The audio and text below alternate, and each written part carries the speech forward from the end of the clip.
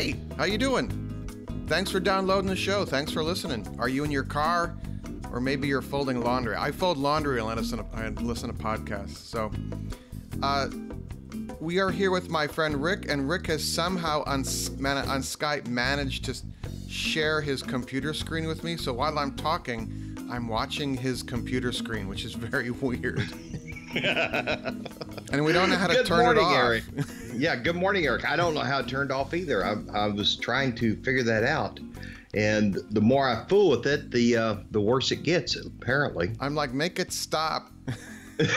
But Rick's desktop screen is much more organized than mine. Mine is a mess, but that's kind of like my brain. So.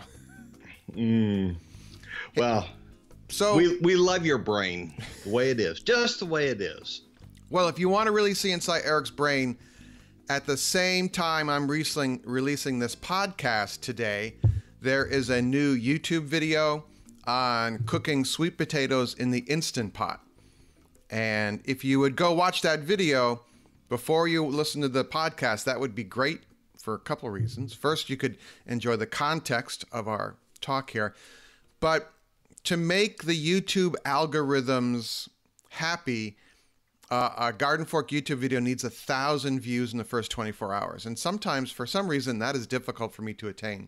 So really? Yeah. So if you all, because there's about 1,200 downloads on the show in the first 24 hours of the podcast. So if you would go over and go to youtube.com/gardenfork and watch the sweet potato Instant Pot video, and there'll be a link in the show notes to this show. Just touch on the Garden Fork Radio icon, which is usually a Labrador.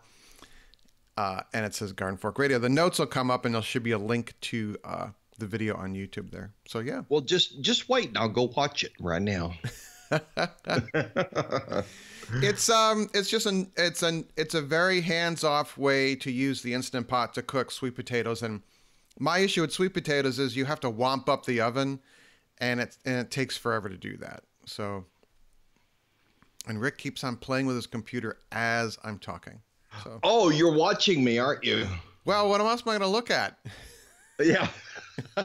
I'll stop doing that. Well, it's distracting, though, to have something on your screen that you're not controlling, and you're going, oh, isn't that interesting? Yeah. Oh, my God. Actually, I did have a moment like that. I was having lunch with some friends, and the guy wanted to show me a picture of something he was building, and he was swiping all the pictures across. And I just, you kind of naturally look at the phone. Oh, let me show you this thing. And then a picture came up that I really shouldn't have looked at, Like, why is that on your phone? Yeah, there are some things you cannot unsee. Yeah, make it stop. Well, what I have been seeing for a couple of weeks now is a sugar maple behind my garage. It's one of those twin trunk trees, in the bottom. For like the first 3 feet is one trunk, and it splits into 2 trunks. And they're like adult trees, Yeah, I had a river birch like that. So the one trunk in a storm split and cracked. Well, it cracked and then split and almost landed on the garage roof. But thankfully it didn't. But it got hung up at some other pines and birches and something that surround the garage. And the camera operator's like, when are we going to get that out of there? And I'm like, that's going to be hard, Mm-hmm. So two of my friends came over who have endearing affection for chainsaws as well, and it's a man thing. One of them who is Swiss, so it's very Swiss-like, his approach to everything. Yeah, which is precise. And we managed to get that one out of the hung-up trees, but like the younger birches that it's leaning on, it's made the birches bend over, so those birches are under quite a bit of compression on one side of the trunk and tension on the other. And it's only like a 4-inch birch. So to cut that tree that's bent over, that's an awful lot of energy you're about to release. So you have to be careful with that. So instead of cutting... I never thought about that. So instead of cutting through it, you shave it. Really? Yeah, there's a really great video on YouTube. It's 45 minutes long. It's put out by Husqvarna, depending on who you ask. Right. And this guy lays out how to do what's called a plunge cut. which is a really the safest way, I think, to cut down a tree, and very directional. And then he talks about, okay, once it falls, you know, the limbs of the tree are also under compression and tension that are underneath the tree. You know, they're stuck into the ground. And he shows how to shave the tree trunk. Instead of cutting smack through it, you shave the side of it until you release that tension. I hadn't thought about that. It's pretty cool. That's amazing. Yeah, that's amazing. I've watched that video several times, and I will watch it again. He really talks about how to use your arm as a guide using maybe not the Pythagorean theorem, but, you know, triangulation to figure out where the tree is going to drop and whether it's safe, the limbs are clear, how to aim the cut using a plunge cut with wedges, and then how to safely release the back cut. Wow. So I'll link to that in the show notes. But you go and watch that after you watch the sweet potato video. I'll do that immediately. In fact, I'm going to do it right now. So you can watch it on my screen. Yes. Well, that'll affect our bandwidth of the audio. So that's true. We won't do that. If you're thinking about doing a podcast, don't do video chats, because it compresses the audio too much and it makes the podcast sound less than good. Tinny. Yeah. Yeah, tinny, I think. I've actually heard some podcasts from major publishers recently that just were not very well produced, and so I emailed them and told them. Yeah. You know, I had one I was listening to, and they separated the left and the right audio, and it's distracting if they don't blend them together. Yep. And it's very weird to listen to that. That's called pan. There's a setting on the editing there. Oh, okay. All right, stop playing with your screen. Oh. Well, so this is my next topic. I have a little limb cutter chainsaw. It's like a 10-inch bar, 12-inch bar maybe. It's an Echo. It's this inexpensive chainsaw that you can buy at, you know, the orange store or the blue store. And right. I'll start it up and it'll idle, but it won't, it doesn't have any power. When you pull the throttle, it just dies. And from watching, Donny Boy 73 is his name on YouTube. He's in Canada, and he fixes small engines, lawnmowers, tractors, chainsaws, snowblowers. Great videos. You'll learn a lot. He more and more, rather than trying to rebuild a chainsaw carburetor, he just buys a new one and puts it in. Oh, sure. That's the only way to go. I do that with my Briggs and Stratton engine out there on the lawnmower. Because the carburetors nowadays are really not adjustable in chainsaws or in lawnmowers or tractors or anything like that, log splitters. Right. Yeah. And in the chainsaw world, and also in the small engine world, like, 5-6 horse engines, they have these clone carburetors now. And the Echo chainsaw, you can buy a carburetor with a carburetor and a spark plug and an air filter for like $15. Oh, gee. So I'm really intrigued. I'm like, it's a $15 gamble. It'll cost more than $15 of my time to put the thing in, but I thought I would order one and make a video about that. Sure. Yeah, I can't blame you at all. That's what I do with my lawnmower. I'll put a new carburetor on it every maybe 3 years or something. And it's so much easier than trying to figure out, the float's stuck or whatever. There is one easy fix on carburetors that I just learned about. If your engine is surging at idle, it goes like that sound. There is either a brass plug or a plastic plug on the side of the carburetor, and I'll link to this from Donny Boy. And it is an air metering device, basically. On Troy-built carburetors, it is a black plastic plug that you remove. On Briggs & Stratton, it's a brass plug that might have a plastic cap over it. But you pull that out, you blow it out with an air compressor and some carburetor cleaner. You can take the wire from a wire brush and run it through it as well. You put that back in, and a lot of times that will fix this engine surge. I had no idea. Me neither, because I have a my Troy-built Flex unit, which is a power unit that powers the mower, the pressure washer, the log splitter. It's starting to surge, I thought I was splitting the wood from the sugar maple that we dropped. And I was like, oh, there's this plug I can clean out. So, of course, I didn't clean it out because I'm no, I want to make a video about it. So, which prevents me from doing lots of things because I always put stuff off because I want to make a video about it. And then sometimes I'm like, I just got to get this done and we're not going to make a video about it. Understood. It triples or sometimes like quadruples the time to shoot a video that it would just to fix the thing. Yeah. So the other thing I learned about cutting, I have a dual trunk, a twin trunk sugar maple. So we got the one that cracked and fell. And the other one is full of mushrooms. The trunk is full of mushrooms. So that's a sign that the wood's punky and it needs to come down. So my friend who was taller than I could get to the trunk above where it splits and cut the wedge. And I wasn't really thinking, I'm like, okay, he's going to drop it that way. And, nice back cut, drops it fine.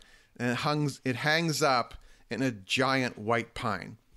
Oh, dear. At like a 45-degree angle. So it was man versus nature and three guys, two of whom are engineers, mechanical engineers. How do we get this thing out of here? And using a come-along, like a ratcheting come-along with the braided cable, the stranded cable that you get from Harbor Freight, and a tow strap, trying to get this thing, basically trying to back it out of the maple, out of the white pine, because the bottom of the trunk, where you cut it, it basically missiles itself into the dirt, Oh, yeah. So you're trying to lift it out. And finally what we did was I had like a 10-foot 4x4, and we levered the rear end of the trunk out of the dirt, and then we could get the strap on it and yank it slowly back. But it took 3 hours. And wow. Then I thought, why didn't we just drop the white pine, Yeah. And, white pines up there are probably a dime a dozen. They're trash trees to me. I wouldn't say that. Well, they're just trees that if they're too close to my house, and if they fall, it's bad. So, because their trunks are like 3 feet in diameter, Oh, yeah. Yeah. She who must be obeyed is worried about, or is kind of wondering if maybe we can get one of the big trees in the cemetery behind us to fall on the roof. And she was expecting the insurance to pay for a 12-foot roof instead of just the 9-foot we have. Yeah, and the adjoining landowner might be liable for that. Yeah, the cemetery, that they wouldn't pay for anything. But anyway, that's another matter. Yeah. So, hey, real quick here, I was wondering if you wanted to join the Garden Fork email list. It's Maura Eric. I don't know if you want that or not. But the best way to do that, if you go to the gardenfork.tv site, there are signups all over the place. There should be one on every page. Also, in the show notes for this show, if you're listening to it in the iTunes app or one of the other podcast apps, to click on the little text thumbnail of the show, and the notes will pop up, and there's a link in there. Or just go to gardenfork.tv, and there should be a sign up there. All right? Thank you. So a while back, I put out a couple of garlic planting videos, but the most recent one is my kind of like a challenge video. Can we get this done? And I had a second garlic bed to plant, but it had snowed 4 inches. I saw that. Yeah, I saw that. And now all of a sudden it's 55 degrees outside. Oh. Well, I was watching it, and it was snowing, and the mulch and everything was, solid. You had to break it up, and you went in to get something to break it up, and I thought he's going to come back with the flame torch. The flamethrower. Yeah, and I was really disappointed when you didn't have the flamethrower. It was crushing. I thought you'd be out there, trying to unstick all that stuff with the flame. And it would be wonderful to watch as you set it all on fire. Set the wood chips on fire. This smoldering, burning fire for the whole winter in Eric's garden bed. Yeah, I've done that more than once, actually. That's like those landfills that have a lot of car tires, and the car tires catch on fire, and it takes them years to put out the fire. Exactly. Yeah. I could have that in my yard. But I got all the garlic in, and a lot of times for a long time I was focused on showing the how-to in the YouTube videos, Right. and people seem to react more or leave more comments and say they like it when it's more of an experience rather than just, step 1, step 2, step 3. Oh, And well, I that's thought, good to know. and I thought, well, it's not going to be that interesting watching me clear the snow off and try and break through the frost line. And I was like, well, I'll just make the video anyway. And people liked it, so we'll be Yeah. making more of that. I was thinking about making a video about how overwhelmed I am by my workshop, and because it's so, I just stack stuff in it, so then I become kind of frozen and my inability to clean it. Uh, my garage looks like that. So Yeah. you could see my overwhelming anxiety about trying to clean my shop, and then I could do like a time lapse of me cleaning the shop. So I did one thing which I think a lot of people that want to get organized do is they buy all the containers that they're going to organize stuff in before thinking about how they're going to clean the shop, Mm-hmm. And that's Yeah. actually, according to these people that are about decluttering and organizing, you should first realize what you have, inventory what you have, and then figure out what kind of containers that they're going to need. Ah. So I You know, bought those I clear plastic boxes with the clear top. Oh, I've got those. Yeah. Yeah, nothing in them. Yeah. Well, mine are full, but I don't know what's in them. That's the problem. I'll put paint on the end of one, and I'll put hardware on the other, but I really don't know what's in each box, and so it's almost as problematic as just having it all stacked on a shelf somewhere or stacked in a corner. Well, the containers I got are clear plastic, so you can see into them.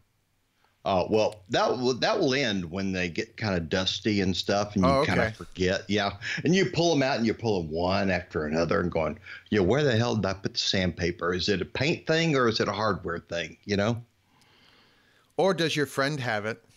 Yeah, yeah. Well, friends don't borrow sandpaper very much. I have a beater little canister vac for the basement, just to vacuum up sawdust or whatever. And then all of a Right. sudden I couldn't find it. I had the rigid floor attachment and with the rigid pipe that's goes on that part so you can stand and vacuum. But the Right. curly hose and the vacuum itself, I couldn't find. I had the vacuum disappeared. bags. I had the floor attachment. I had some other attachment. I'm like, where? So like for a month, I'm like, I finally ordered one online. It's a Bissell bagless $50 vacuum that is phenomenal. Mm-hmm. It's a Dyson knockoff. I mean, it's clearly not as good as a Dyson, but for $50 it works. Yeah, yeah, sure. And then I was in my friend's basement across the street, and they're like, "Oh, here's the vacuum I borrowed a while ago."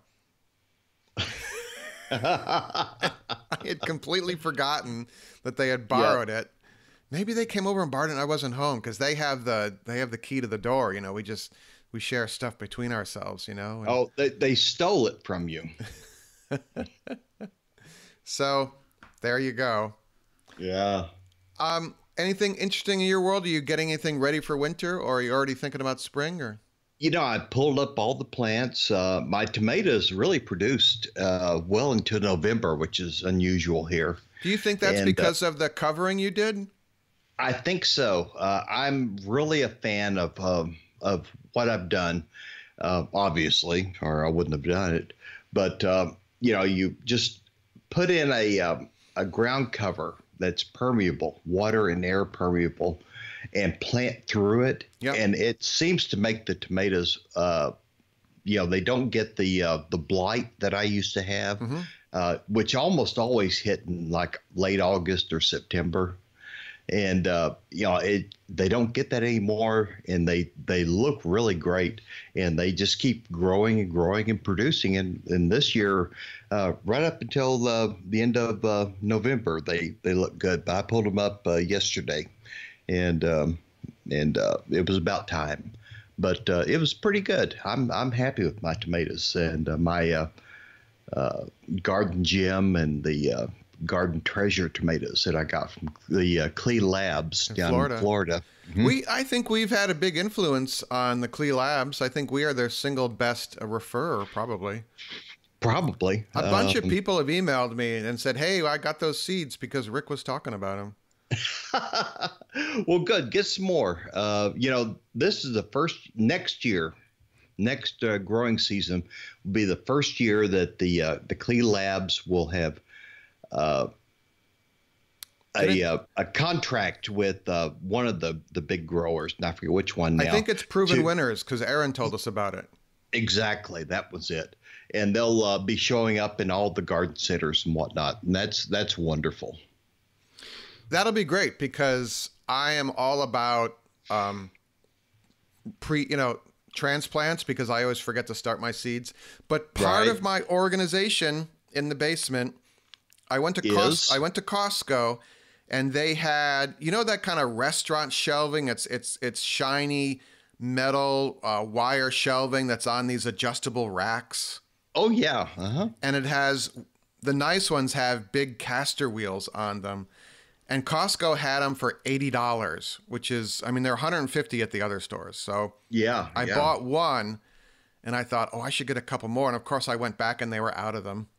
But that is going to be my gardening supply rack, and I'm going to put my LED grow light smack in the middle, so I can adjust the shelves to go, above and below that. Right. Because I'm always having to find a surface for the grow light in late winter, early spring, and that's usually the laundry counter. And so all of a sudden, instead of having, so there's no place to fold the laundry then. So I'm excited about that. So I'm going to start my lettuce seeds, things like that. Yeah, I have a grow box, kind of a canvasy tent with reflective material on the inside, and I put it on a cart out in the garage, and it works pretty well for me. But you got to have some place kind of dedicated, or it just takes up a lot of space, and it's annoying to some people who will not be named. Aaron's been putting out a couple of videos on YouTube. It's called The Impatient Gardener. And I've seen those. I really like them. I like those. Yeah, she does good. She'll be on the show soon because she did a soil sample in her raised bed gardens, which is like bulletproof. That looks like the Defense Department built her raised beds. I saw those. They're wonderful. It took them a long time to get them put in, but they look great. Yeah, they look great. And they'll last forever. Mine are 12 inches off the ground. Hers are 3 feet high. So you can sit on the edge and kind of reach in and garden from either side and not have to bend over and stoop and that kind of thing. It's important when you get older for that kind of thing. I'm starting to experience that.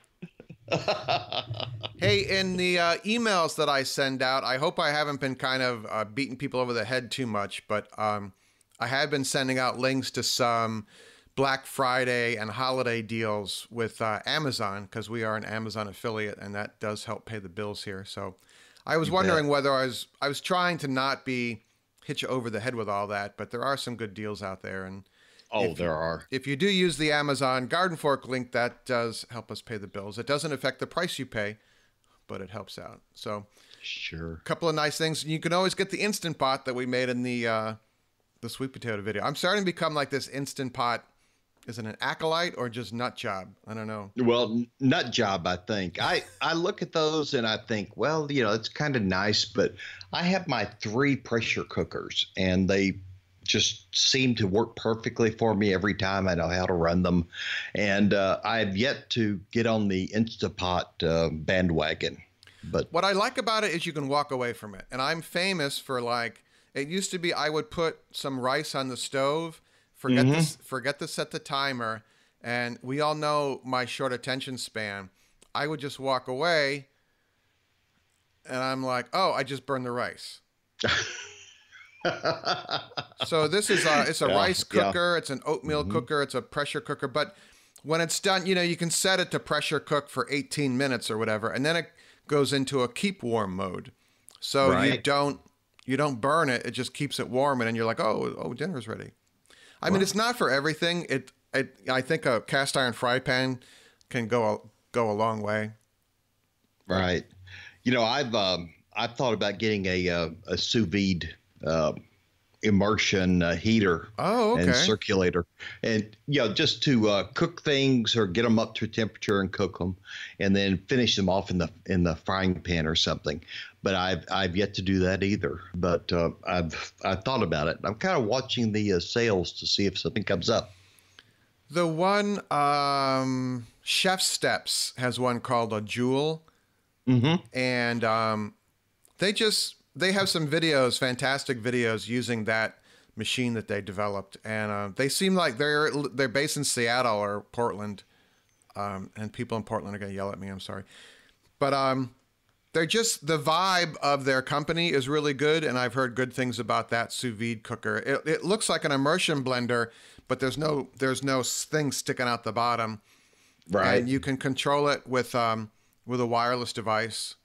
So consider that. Well, I'm not sure about controlling it with the wireless device, but just the idea of sous vide. It's how all the major restaurants and stuff keep food cooked and ready to throw on the grill and that kind of thing.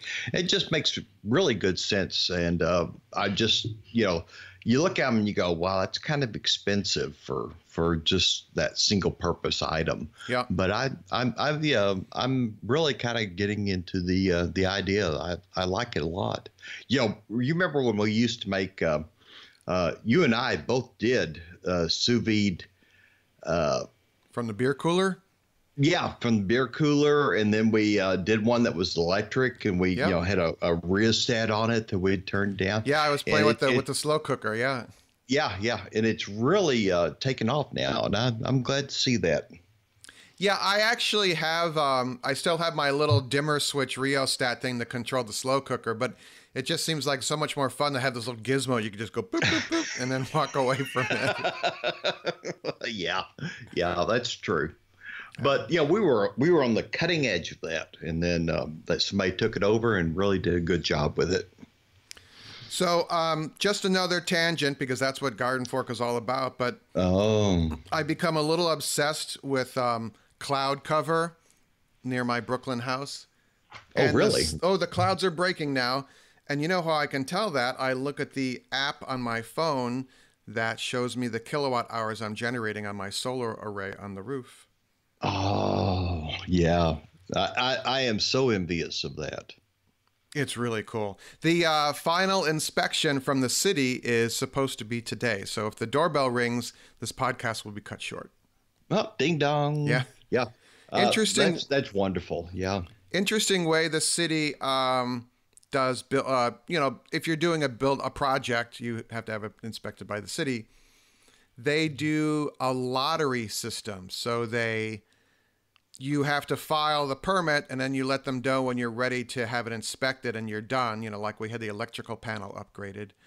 Right. And so the contractor has to be present, and they'll say, okay, we'll be there at 9:30 and be ready. You don't know if they're going to show up or not, because the buildings department does a lottery, and they pick, out of 10 projects, they pick 3 or 4 to go visit. But all 10 projects, the contractor's there waiting for the building department. So it keeps everyone on point, knowing that they have to follow the rules, and they could have a surprise inspection. And that way the city doesn't have to inspect 10 projects. It just inspects 3 or 4. I mean, in a bigger building, they're there all the time. Or an elevator. Yeah. But like an electrical panel upgrade or a solar array installation, if it's being done by a reputable company, they're like, okay, well, we know those guys. We don't need to go look at that. But so it's interesting. It keeps everyone on point. Yeah, no kidding. Have you had your meter turned backward yet? Yeah, the net meter went in last week. Con Edison came, and he put it in, and we turned on the inverter, which is this giant box under the panels now, and the arrow pointed back toward Con Edison. So. Oh, wow. That's wonderful. I mean, I'm the only one home during the day. There's no one else in the building. So, it's me and a laptop. So, and we're cranking out. I mean, on a sunny day, I still have to wrap my head around the term kilowatt hours. Right. but right now what's my yield? It's putting out about zero point 0.4 kilowatts right now. So Yeah, a little low. yeah. Yes, it's cloudy, right? But other day, yeah, it's 'cause it's cloudy. But if it's a sunny day, the thing is just like it's up at the inverter will handle up to 7.5 kilowatts, and I think the system puts out 7.2 when it's at full sun. Wow, that's wonderful. Yeah. I'm so envious. Yeah, I've wanted to do that, and we don't have the solar rebates and stuff. Yeah, well, no, just my house is that's shaded right. by somebody else's trees. Yeah. The cemetery behind us, and so we don't have the solar access that you have, and yours are up high, aren't they? You built are you going to build a deck underneath or something? Yeah, essentially the solar panels are a roof for the deck. So because the sun gets pretty darn hot up there, so Yeah. Did you tilt your panels at all, or are they just kind of square? No, they're tilted toward the south. A sun exposure. Yeah, they've got it all figured out. The people that did it clearly know what they're doing, and my neighbors have the same array, so I was making sure mine were tilted the same way in case I hadn't made a mistake. You never know. I've done that. Oh yeah. This side up. Oops. Oops. Yeah. And that's an expensive mistake to make. Yeah. So what is on your agenda this week, sir? Well, not a whole lot. Kind of getting ready for the holidays, decorating around the house, and probably take one of the dogs and have their teeth cleaned. It's exciting. Exciting stuff. How's the new car? The new car is wonderful. It's like flying a shuttle or something, a space shuttle. Just the array, and it's so cool. We're so afraid that we're gonna ding it somehow that we almost reluctantly drive it, and so we're driving the primitive Prius instead of the prime Prius. So with the new car, do you park it way out in the parking lot of the grocery store? Oh yeah, I've gotten more exercise than you would imagine. You put it out in the corner somewhere, and you try to get between two cars that don't look like they're going to go anywhere for a while. And so the first 45 miles is on the battery, right? It's about the first 30 miles really, but it's on the battery, and it that by and large serves our everyday needs pretty well. It's very rare we actually hit the engine, turn on the internal combustion engine when we drive on that particular car. And so, it's amazing how short our radius is. We thought we'd be driving it more, but it's, we'll stay on the battery almost all the time. How cool.